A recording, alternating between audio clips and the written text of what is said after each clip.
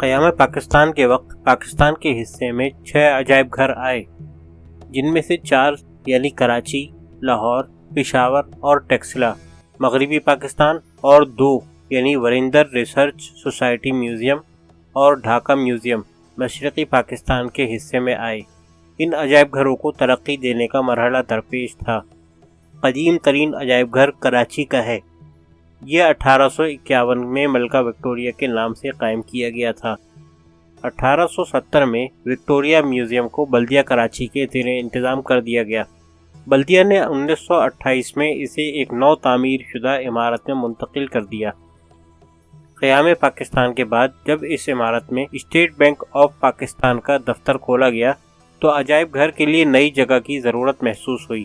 17 April 1950 کو governor general خواجہ ناظم الدین نے frontier hall میں نیشنل میوزیم آف پاکستان کا افتتاح کر کے قومی ورثے کو محفوظ بنانے کے عمل کو آگے بڑھایا۔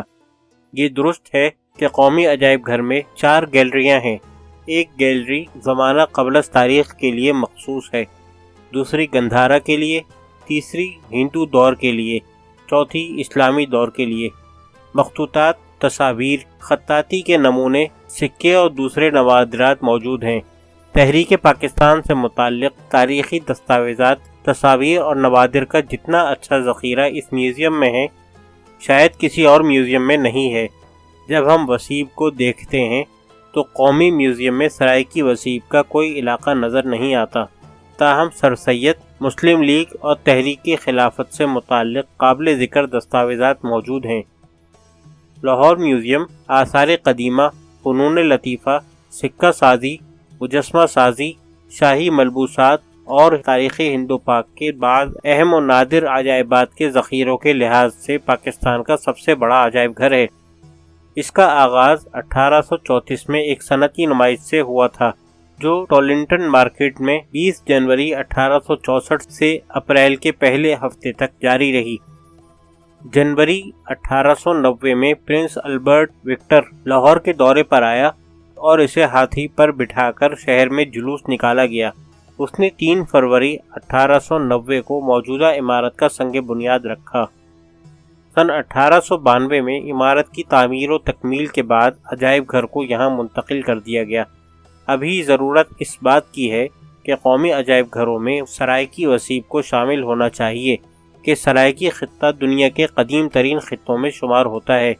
کہا جاتا ہے کہ سندھ میوزیم کا امتیازی وصف شمس العلماء ڈاکٹر عمر بن محمد داؤد پوتا کا عطیہ کردہ ذاتی کتب خانہ ہے، جو 55,000 کتب پر مشتمل ہے، جو سندھی، اردو، انگریزی، فارسی اور عربی زبانوں کی نادر و نایاب کتب پر مشتمل ہے۔ یہ ذخیرہ کتب تحقیق کرنے والے طلباء کے لیے ایک انمول تحفہ ہے۔ پشاور میوزیم 1906 میں وکٹوریہ میموریل ہال میں قائم کیا گیا تھا اور اب گورنر ہاؤس کے سامنے واقع ہے۔ گندھارا تہذیب کا مرکز ہونے کی وجہ سے پشاور کے عجائب گھر میں اس تہذیب سے متعلق بہترین آثار موجود و محفوظ ہیں۔ گوتم بدھ کے قدیم ترین مجسموں کی زیارت کے لیے دنیا بھر سے ان کے پیروکار آتے رہتے ہیں۔ اس میوزیم کا سب سے بیش قیمت ذخیرہ کنشک خاندان کے آثار ہیں، جو 1908 اور 1909 کی کھدائیوں کے دوران شاہ جی کی ڈھیری کے کھنڈرات سے برآمد ہوئے تھے۔ قیام پاکستان کے وقت یہاں صرف 4 میوزیم تھے۔ اب تقریباً 57 میوزیم اور آرٹ گیلریاں ہیں جو پاکستان کے مختلف شہروں میں موجود ہیں۔ ان میں سے زیادہ اہم اور قابل ذکر مرکزی حکومت کے زیر انتظام عجائب گھر یہ ہیں: national Museum of Pakistan Karachi, محکمہ آثار قدیمہ کے تحت عجائب گھر ٹیکسلا، ہڑپہ، سیدو شریف، عمرکوٹ، بھمبور اور موئنجو ڈرو میں قائم ہیں۔ لاہور فورٹ میوزیم، علامہ اقبال میوزیم لاہور، سبی میوزیم سبی بلوچستان، قائد اعظم میوزیم کراچی۔ ضرورت اس بات کی ہے کہ اس لسٹ میں ملتان عجائب گھر کا اضافہ ہونا چاہیے۔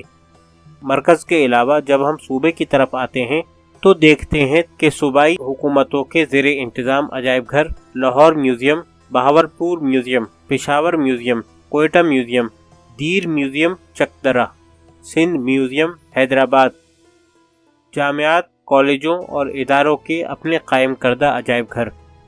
زرعی عجائب گھر لاہور، انڈسٹریل و Commercial Museum Lahore, National Museum of Science and Technology, Engineering University Lahore, Shakir Ali Museum Lahore, Chughtai Museum Lahore, Pakistan Forest Museum Abbottabad و Peshawar, Air Force Museum Peshawar, Islamia College Museum Peshawar, Archaeology Museum Peshawar University, Botanical Museum Gordon College Rawalpindi, Army Museum Rawalpindi, Archaeological Museum جامعہ Karachi, Natural History Museum جامعہ Karachi, Pakistan Maritime Museum Karachi, Education Museum Sindh university Hyderabad, Bhit Shah Cultural Museum Bhit Shah, Dam Site Museum Mangla Dam, Geological Museum Quetta. صوبائی حکومتوں کی اس تمام list میں بہاولپور کے علاوہ ملتان، ڈیرہ غازی خان، ڈیرہ اسماعیل خان، ساہیوال، جھنگ اور میاوالی کے نام نظر نہیں آئے۔ حالانکہ ان تمام علاقوں میں عجائب گھر بنانے کی ضرورت ہے کہ وسیب کے آثار قومی ورثہ ہیں اور پاکستان کا سرمایہ افتخار ہیں۔ وسیب محرومیوں کا شکار ہے۔ جہاں دوسرے شعبہ جات میں وسیب سے امتیازی سلوک ہوا ہے، اسی طرح وسیب کے قدیم آثار بھی ختم ہو رہے ہیں۔ مرکزی اور صوبائی حکومت کو اس اہم ورثے کی طرف توجہ دینے کی ضرورت ہے۔